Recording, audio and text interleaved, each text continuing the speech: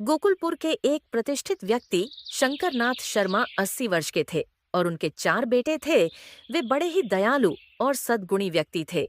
उनके दरवाजे से कोई भी व्यक्ति खाली हाथ नहीं लौटता था।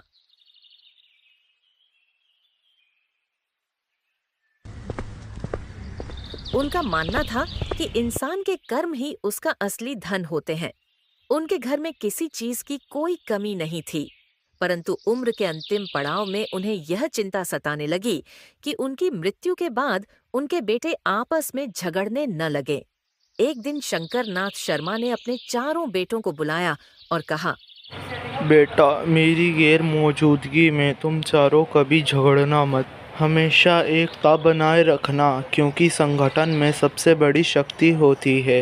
मैंने तुम्हारे लिए बहुत कुछ छोड़ा है। तुम्हें जिंदगी भर किसी चीज़ की कोई कमी नहीं होगी। तुम चारों को मेरी दी गई सीख और सौगात को संभाल कर रखना होगा। यदि तुम एकजुट रहोगे तो सदा संपन्न रहोगे। पिताजी, आप कैसी बातें कर रहे हैं? हमें सिर्फ आपका साया चाहिए। हम आपके बिना कुछ नहीं कर सकते। बेटा, यह प्रकृति का नियम ही है, इसे कोई नहीं बदल सकता। मैंने अपनी चारपाई के चारों पैरों के नीचे तुम्हारे लिए एक एक हिस्सा रख दिया है। मेरे जाने के बाद तुम अपना अपना हिस्सा ले लेना। शंकरनाथ शर्मा ने चारपाई के चारों पैरों के नीचे 4 मटके रखवाए। कुछ दिन बाद उन्होंने फिर से बेटों को बुलाया और कहा, बेटा, अब मुझे लगता है मेरा समय निकट आ गया है। मैं चाहता हूँ कि मेरी आंखों के सामने तुम चारों अपनी पसंद के चारपाई का एक एक पैर चुन लो और मेरे जाने के बाद अपना चुना हुआ हिस्सा ले लेना। पिताजी, हमें किसी चीज़ की ज़रूरत नहीं, बस आपका साथ चाहिए। बेटा, मैंने कई परिवारों को संपत्ति के लिए बर्बाद होता देखा है। मैं नहीं चाहता कि तुम लोग भी आपस में लड़ाई करो। इसलिए सबसे छोटे बेटे रोहित, तुम सबसे पहले अपना हिस्सा चुनो, फिर अजय और उसके बाद सूरज और अंत में सबसे बड़े बेटे विजय। बेटों ने पिता की बात मान ली और चारपाई के अलग अलग पैर चुन लिए।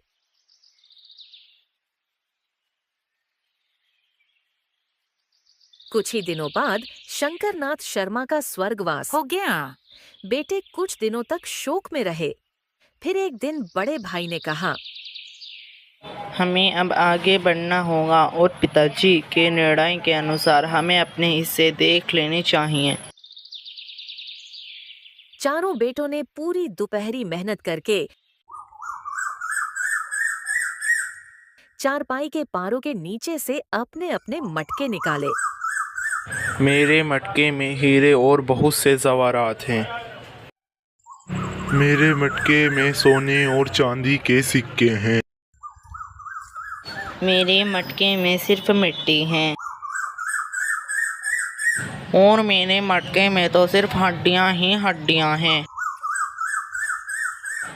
भाई, यह कैसा बंटवारा है? क्या पिताजी हमसे समान प्रेम नहीं करते थे? नहीं, ऐसा नहीं हो सकता। पिताजी हमसे बराबर प्रेम करते थे। जरूर इसके पीछे कोई गहरा रहस्य छुपा होगा। ये खबर पूरे गांव में फैल गई। एक धूर्त व्यक्ति लालचंद भाइयों को भड़काने लगा। बेटे, तुम दोनों भोले हो। तुम्हारे छोटे भाइयों ने तुम्हारे पिता को बहका दिया होगा। नहीं, हमारे भाई ऐसे नहीं हैं। हमें उन पर पूरा विश्वास। फिर भी तुम्हें एक बार कचहरी जाना चाहिए और अपना हक मांगना चाहिए। अजय और सूरज उसकी बातों में नहीं आते और वहां से चले जाते हैं। थोड़ी देर बाद परिवार के एक पुराने सेवक ने कहा, तुम्हारे पिता कभी अन्याय नहीं करते थे। उनके फैसले के पीछे जरूर कोई बड़ी सीख होगी। मुझे लगता है कि नगर के राजा रणविजय सिंह इसका उत्तर दे सकते हैं। चारों भाई ने इस बात को सही माना और चारों भाई राजा के पास पहुंचे। राजा ने कहा, तुम्हारे पिता बहुत ज्ञानी और न्यायप्रिय थे। उन्होंने जो भी किया सोच समझकर होगा। मुझे लगता है कि तुम्हें उनके निर्णय का सम्मान करना चाहिए। राजा ने स्पष्ट किया, जिसके हिस्से में मिट्टी का मटका आया उसे सारे खेत मिले, और जिसके हिस्से में हड्डियां आई हैं उसे गौशाला और प्रदूषण मिला है। तुम्हारे पिता ने मुझे कहा था कि अगर तुम चारों एक साथ मेरे पास आओगे तो ही मैं यह रहस्य तुम्हें बताऊं। उन्होंने यह देखने के लिए ऐसा किया था कि तुम संकट में भी एक दूसरे का साथ देते हो या नहीं। बेटा, तुम्हारे पिता यही देखना चाहते थे कि क्या तुम पैसों के कारण एक दूसरे से दूर हो जाओगे या साथ रहोगे, लेकिन तुम सबने उनकी शिक्षा को अपनाया। यही उनकी असली संपत्ति थी। चारों भाई अब पिता के निर्णय से पूरी तरह संतुष्ट थे। उन्होंने एकता बनाए रखी और मिलकर अपना जीवन आगे बढ़ाया। पिता की आज्ञा। बहुत समय पुरानी बात है, एक मोतीपुर नामक गांव हुआ करता था। वहां के लोग बहुत अच्छे थे। वहां पर कोई भी एक दूसरे से लड़ने वाला नहीं था। उसी गांव में रहने वाला सेठ श्यामलाल एक व्यापारी था। उसका एक बड़ा सा घर था जिसमें वह, उसकी पत्नी सीता, उसका एक बेटा भी था जो अपनी पढ़ाई पूरी करने के लिए शहर पढ़ता था। जब वह अपनी पढ़ाई पूरी कर डॉक्टर बन के गाँव आया तो श्यामलाल ने उसे कहा, बेटा, अब तुम्हारी पढ़ाई पूरी समाप्त हो चुकी है और अब तुम एक अच्छे डॉक्टर बन चुके हो। मेरी मानो तो अब तुम गांव में ही एक दवाखाना खोल लो। गांव में अभी तक कोई भी दवाखाना नहीं। गांव के लोग शहर जाकर ही दवाइयाँ लाते हैं। मेरी आज्ञा मानो तो तुम गांव में ही एक दवाखाना खोल सकते हो। आप भी ना पिताजी कैसी बात करते हो? गांव के लोग कहाँ ही बीमार होते हैं। यह तो शहर के लोग ही मैदे की चीज़ें खा खा कर बीमार पड़ते रहते हैं। मुझे लगता है गांव में मेरा दवाखाना अच्छा नहीं चलेगा। सुरेश बचपन से ही अपनी पढ़ाई पूरी करने के लिए शहर ही रहा था, इसलिए उसके गांव में अब मन नहीं लगता था। वह कोई न कोई बहाना करके शहर ही जाना चाहता था। अरे कितना समझदार हो गया है मेरा बेटा, सही तो कह रहा है। अजी, आपको क्या पता, बचपन से वही तो शहर में रहा है तो उसको शहर के बारे में सब कुछ पता है। मुझे तो सुरेश की बात ही सही लगती है। तो ठीक है भाई, जैसी तुम्हारी मर्जी। वैसे भी तुम दोनों माँ बेटे मेरी सुनते ही कहाँ हो। जैसा तुम्हारा मन करे वैसा ही करो। ये सुनते ही सुरेश बहुत ज्यादा खुश हो जाता है और सोचता है, शहर जाने के बाद एक बार मेरा दवाखाना अच्छा चल जाए तो माँ और पिताजी को भी अपने साथ शहर ले जाऊंगा। और यही सोचता वहाँ से चला जाता है। सुरेश के जाने के बाद श्यामलाल सीता से कहता है, अरे मैं तो बस यह सोच रहा था कि एक ही तो बेटा है। बचपन से तो वह हमसे पढ़ाई के चक्कर में दूर ही रहा। अब जब पढ़ाई पूरी हो ही गई है तो अपना यहीं पर एक दवाखाना खोल ले। चले तो ठीक है, वरना फिर शहर जाने की सोचे। तो यह बात सुरेश के सामने क्यों नहीं बोली? और अगर अब तुमने उसे इजाज़त दे ही दी है तो अब जाने दो उसे शहर।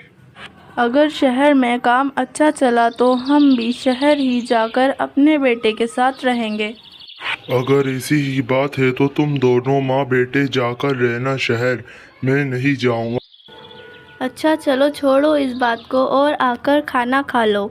आज मैंने आपकी पसंद का राजमा चावल बनाया है। हाँ अच्छा चलो आओ, वैसे भी आज मुझे बहुत तेज की भूख लग रही है।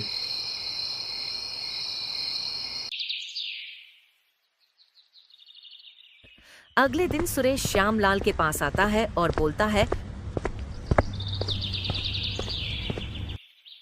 पिताजी, मैंने अपने एक दोस्त से बात कर ली है। उसने एक दुकान मेरे लिए वहाँ पर किराए पर ले ली है। तो आप मुझे कुछ पैसे दे दें जिससे मैं दुकान का सामान ला सकूं। श्यामलाल उसे कुछ पैसे देता है और बोलता है, सुरेश, तुम कब निकल रहे हो बेटा? पिताजी, आज शाम को ही निकल रहा हूँ। अच्छा ठीक है, अपना ख्याल रखना बेटा। सुरेश शाम होते ही शहर के लिए निकल जाता है।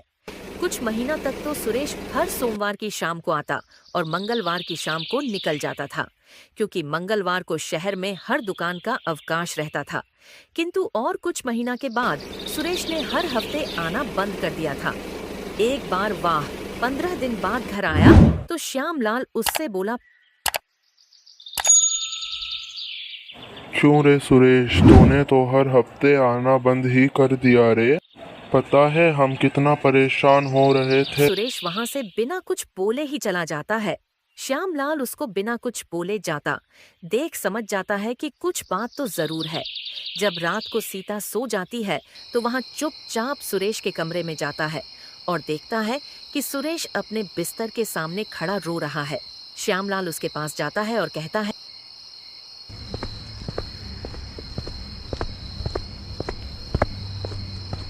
क्या हुआ सुरेश बेटा, ऐसे क्यों रो रहा है? सुरेश एकदम चुप हो जाता है और कहता है, कुछ नहीं पिताजी, बहुत दिन बाद घर आया हूँ तो आंखों में आंसू आ। श्यामलाल समझ जाता है कि कुछ बात तो जरूर है। वाह, सुरेश को प्यार से समझाता है। सुरेश बेटा, मैं कठोर दिल जरूर हूँ लेकिन तेरा पिता हूँ। तू मुझे सब कुछ साफ साफ बता सकता है, शायद मैं तेरी कुछ मदद कर सकूँ। सुरेश पहले थोड़ा हिचकिचाता है, फिर बोलता है, पिताजी, जब मैं शहर गया तो शुरू में तो मेरा दवाखाना बहुत अच्छा चलने लगा, किंतु कुछ दिन बाद मेरा दवाखाना बहुत कम चलने लगा, क्योंकि शहर में अब बहुत से दवाखाना खुल चुके हैं। हर गली में एक एक दो दो दवाखाना खुल चुके हैं, जिस कारण मेरे दवाखाने पर बहुत कम मरीज़ आते हैं और कुछ कमाई भी नहीं होती। और जो मैंने दुकान किराए पर ली थी उस पर भी बहुत किराया चढ़ चुका है। दुकानदार ने मुझे साफ साफ बोल दिया है कि इस हफ्ते अगर किराया नहीं आया तो वह मेरा सारा सामान बाहर निकाल कर फेंक देगा। बस इतनी सी बात तू भूल गया क्या कि तेरा पिता भी एक व्यापारी। मैं तुझे सारी किराए के पैसे दे दूंगा, किंतु मेरी एक शर्त है, तुझे गांव में आकर ही दवाखाना खोलना होगा। सुरेश ये बात सुनकर बहुत ही ज्यादा खुश हो जाता है और कहता, हाँ हाँ पिताजी, अब मैं भी गांव में ही अपना दवाखाना खोलना चाहता हूँ। मैं सुबह उठकर अपना सारा सामान गांव में उठवा लेता हूँ। श्यामलाल भी यह बात सुनकर खुश हो जाता है और तुरंत उसे किराए के पैसे दे देता है। सुरेश भी सुबह उठकर अपना सारा सामान गांव उठावा देता है और वहीं अपना दवाखाना खोलता है। सुरेश का दवाखाना देखकर कुछ गांव वाले श्यामलाल और सुरेश के पास आते हैं और बोलते हैं, अरे वाह वाह श्यामलाल, यह तो तूने बहुत ही बढ़िया काम किया है, अपने बेटे का गांव में ही दवाखाना खुलवा दिया है। अरे हम गांव वाले ही जानते हैं कि गांव में दवाखाना की कितनी ज़रूरत थी। यह तो तूने बहुत ही बढ़िया किया, मज़ा आ गया। ये बात सुनकर सुरेश और श्यामलाल बहुत ही ज्यादा खुश हो जाते हैं और खुशी खुशी अपना दवाखाना खोलते हैं। कुछ दिन बाद ही सुरेश का दवाखाना पूरे गांव में मशहूर हो जाता है। अगर आपको हमारी यह कहानी पसंद आई हो तो वीडियो को लाइक करें, हमारे चैनल ड्रीम टेल्स को सब्सक्राइब करना न भूलें और ऐसी ही दिलचस्प कहानियों के लिए हमसे जुड़े रहें। मिलते हैं अगली वीडियो में, तब तक के लिए अलविदा।